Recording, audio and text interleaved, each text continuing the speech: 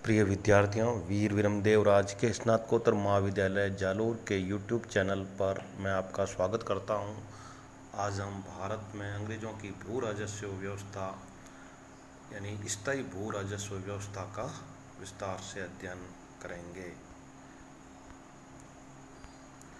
Lord Cornwallis ने भू राजस्व वसूली की स्थायी व्यवस्था लागू की। आरंभ में यह व्यवस्था 10 वर्ष के लिए लागू की गई थी, किंतु 1793 ईस्वी में इसे स्थायी बंदोबस्त में परिवर्तित कर दिया गया। ब्रिटिश भारत के 19% भाग पर यह व्यवस्था थी। बंगाल, बिहार, उड़ीसा, उत्तर प्रदेश के वाराणसी तथा उत्तरी कर्नाटक के क्षेत्रों में यह व्यवस्था लागू की गई थी। इस व्यवस्था में जमींदारों को भूस्वामी के रूप में मान्यता दी गई। इसके अंतर्गत जमींदार अपने क्षेत्रों में भू राजस्व की वसूली का 1/11वां भाग अपने पास रखता था तथा शेष हिस्सा 10/11वां भाग कंपनी के पास जमा कराता था।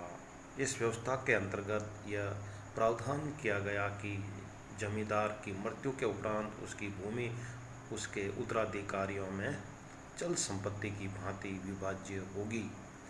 कॉर्नवालिस ने 1794 ईस्वी में सूर्यास्त कानून बनाया। इसके तहत यह घोषित किया गया कि यदि पूर्व निर्धारित तिथि के सूर्यास्त तक सरकार को लगान नहीं दिया गया तो जमींदारी नीलाम हो जाएगी।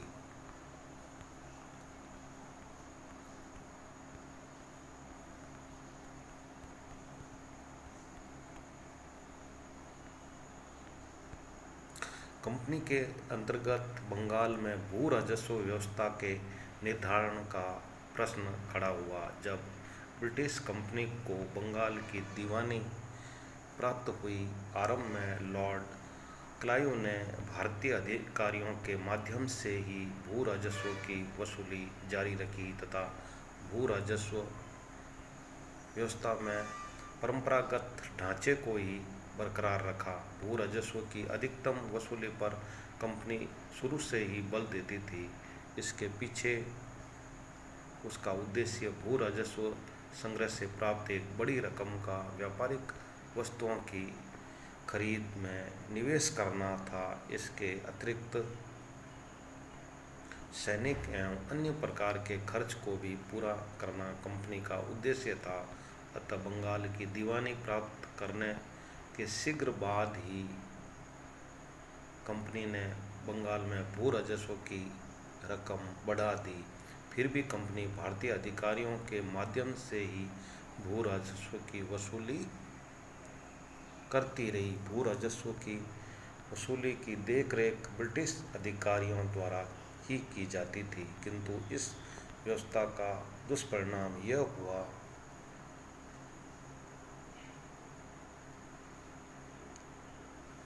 कि सन 1700 की इस प्रकार की दोहरी व्यवस्था ने एक प्रकार के भ्रष्टाचार को जन्म दिया तथा किसानों का भरपूर शोषण प्रारंभ हुआ। सन 1769-70 ईस्वी के भयंकर अकाल को अंग्रेजों की इसी राजस्व नीति के परिणाम के रूप में देखा जाता है। 1772 ईस्वी तक क्लाइव की व्यवस्था चलती रही। इसके बाद वॉरेन हेस्टिंग्स के समय बंगाल का प्रशासन प्रत्यक्ष रूप में कंपनी के अंतर्गत आ गया। वॉरेन हेस्टिंग्स ने भू राजस्व सुधार के लिए अनेक कदम उठाए। उसने पूर्व काल में घटित सभी प्रकार के भ्रष्टाचार के लिए बंगाल के दीवान रिजा खान को उत्तरदायी ठहराकर उससे अपदस्थ कर दिया। वॉरेन हेस्टिंग्स ने भारतीय अधिकारियों को हटाकर भू राजस्व की वसूली को ब्रिटिश अधिकारियों के माध्यम से आगे बढ़ाया। कारण यह रहा कि इसी समय कंपनी को भी एक बड़ी रकम की आवश्यकता थी। इसकी पूर्ति के लिए वॉरेन हेस्टिंग्स ने 1772 ईस्वी में एक नई पद्धति की शुरुआत की, जिसे फार्मिंग पद्धति कहा जाता है। इस पद्धति के तहत भू राजस्व की वसूली ठेके पर नीलामी द्वारा की जाने लगी। आरंभ में यह योजना 5 वर्षों के लिए लागू की गई थी। इसमें जमींदारों को अलग रखा गया था, किंतु वॉरेन हेस्टिंग्स ऐसा मानता था कि इसमें जमींदारों को सम्मिलित किए जाने का अर्थ होगा सरकार का भू राजस्व की एक बड़ी रकम से वंचित हो जाना। चूँकि जमींदारों का ग्रामीण क्षेत्रों में वर्चस्व था और वे भू राजस्व के विशेषज्ञ थे, अतः उनके सहयोग के बिना यह योजना सफल नहीं हो सकी। यही कारण रहा कि 1776 में वॉरेन हेस्टिंग्स ने पंचवर्षीय योजना को रद्द कर 1 वर्ष की योजना की, जिसमें जमींदारों को प्राथमिकता दी गई। इस प्रकार वॉरेन हेस्टिंग्स प्रयोग की प्रक्रिया से ही गुजरता रहा। दूसरी ओर फार्मिंग पद्धति से किसानों पर भू राजस्व का अधिभार अत्यधिक बढ़ गया था, अतः कृषि अर्थव्यवस्था बुरी तरह प्रभावित हुई। इस समय ब्रिटेन अपना अमेरिकी उपनिवेश खो चुका था, अतः वह भारतीय उपनिवेश के आधार को मजबूत करने का प्रयास कर रहा था। इन्हीं परिस्थितियों में बंगाल के गवर्नर जनरल के रूप में कॉर्नवालिस का आगमन हुआ। लॉर्ड कॉर्नवालिस ने यह अनुभव किया कि कृषि अर्थव्यवस्था में गिरावट के कारण कंपनी की रकम में उतार चढ़ाव आ रहा था। बंगाल से निर्यात की जाने वाली 2 प्रमुख वस्तुएं थीं, सूती वस्त्र व रेशम। इन वस्तुओं के कृषि उत्पाद से ही संबंधित होने के कारण और दूसरे कृषि अर्थव्यवस्था में गिरावट के कारण कंपनी का निर्यात प्रभावित होना स्वाभाविक ही था। 1793 ईस्वी में कॉर्नवालिस ने भू राजस्व प्रबंधन के लिए स्थायी बंदोबस्त को लागू किया। इसके द्वारा लागू किए गए भू राजस्व सुधार के 2 महत्वपूर्ण पहलू सामने आए। नंबर 1, भूमि में निजी संपत्ति की अवधारणा को लागू करना तथा नंबर 2, स्थायी बंदोबस्त।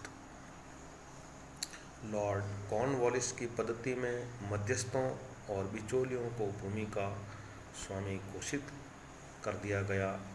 दूसरी ओर स्वतंत्र किसानों को अधीनस्थ रैयत के रूप में परिवर्तित कर दिया गया।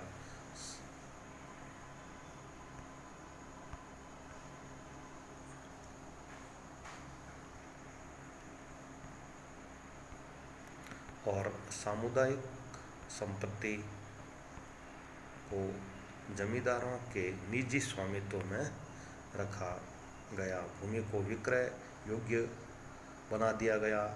जमींदारों को एक निश्चित तिथि को भू राजस्व सरकार को अदा करना होता था। 1793 ईस्वी के बंगाल रेगुलेशन के आधार पर 1794 में सूर्यास्त कानून लाया गया।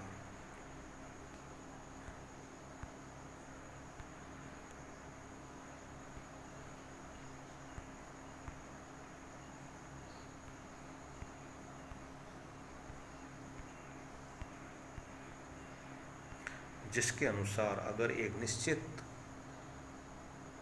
तिथि को सूर्यास्त होने तक जमींदार जिला कलेक्टर के पास भू राजस्व की रकम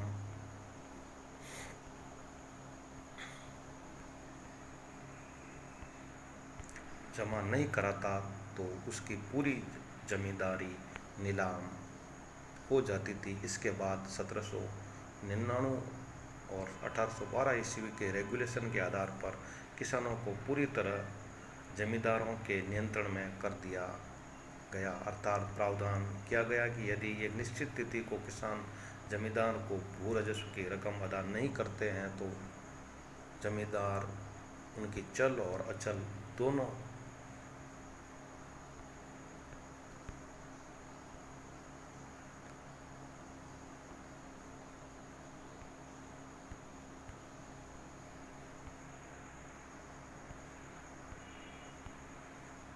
प्रकार की संपत्ति का अधिग्रहण कर सकता है। इसका परिणाम हुआ कि भू राजस्व की रकम अधिकतम रूप में निर्धारित की गई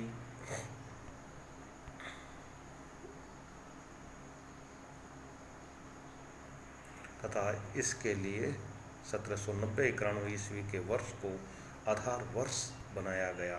निष्कर्षतः 1765 से 1793 ईस्वी के बीच कंपनी ने बंगाल में भू राजस्व की दर में दुगुनी बढ़ोतरी कर दी। यहाँ यह प्रश्न विचारणीय है कि जब बंगाल में जमींदार अपने इससे पहले कभी भी भूमि के स्वामी नहीं रहे,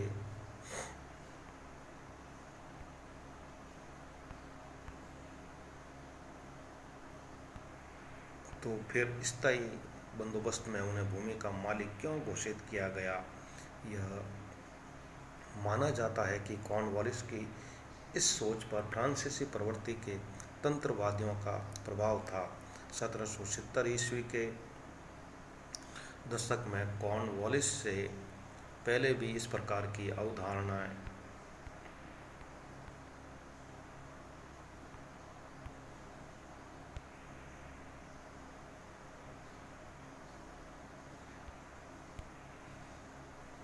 सामने आई थी कि भूमि में निजी स्वामित्व को स्थापित कर दिया जाए तो समाज को समृद्धि तथा स्वामित्व की स्थिति आती है। फिलिप फ्रांसिस एवं हेनरी पॉन्डुलियो जैसे ब्रिटिश अधिकारी भूमि को निजी स्वामित्व के अंतर्गत रखे जाने के पक्षधर थे। जमींदारों के प्रति कॉर्नवालिस का झुकाव स्वाभाविक ही था, क्योंकि वह खुद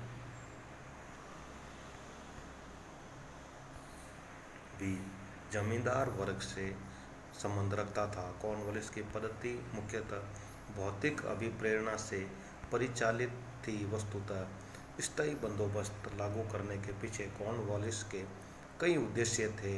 नंबर 1, उसका मानना था कि इस पद्धति को लागू करने के बाद कंपनी को भू राजस्व की रकम अधिकतम तथा स्थायी रूप से प्राप्त होगी। नंबर 2, कृषि के विस्तार का लाभ सरकार के बजाय जमींदारों को प्राप्त होगा। जमींदार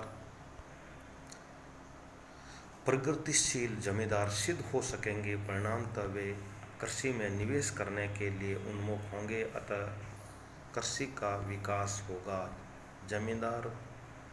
जमींदारी की खरीद बिक्री की व्यवस्था के कारण नगरीय क्षेत्र से ग्रामीण क्षेत्र में मुद्रा का आगमन होगा।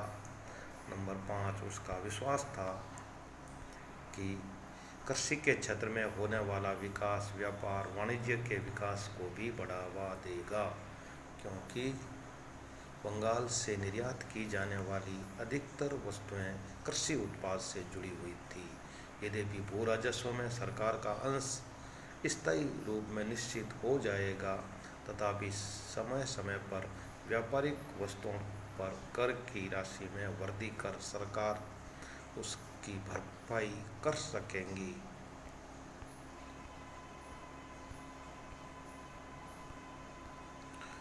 नंबर 6, स्थायी बंदोबस्त को लागू करने के पश्चात सरकार प्रशासनिक झंझटों से बच सकेगी, क्योंकि जमींदारों के माध्यम से भू राजस्व की वसूली अपेक्षाकृत आसान हो जाएगी।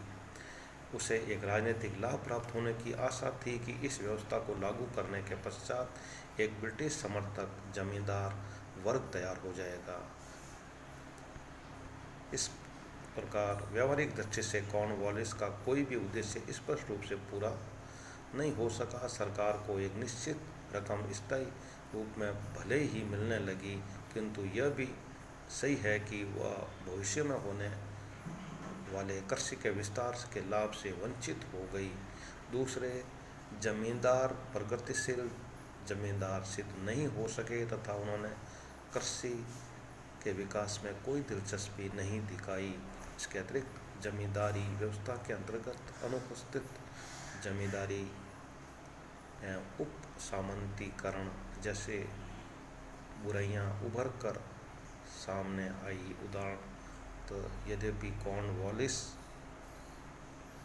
इस बात का विरोधी रहा था कि किसान और जमींदार के बीच बिचौलियों का कोई स्तर कायम हो, परंतु आगे चलकर उपसामंतीकरण की व्यवस्था विकसित हो गई। 19वीं सदी के पूर्वार्ध में वर्धमान के राजा ने अपनी जमींदारी को कई अधीनस्थ जमींदारों के बीच बांट दिया और सरकार ने इस स्थिति को स्वीकार किया।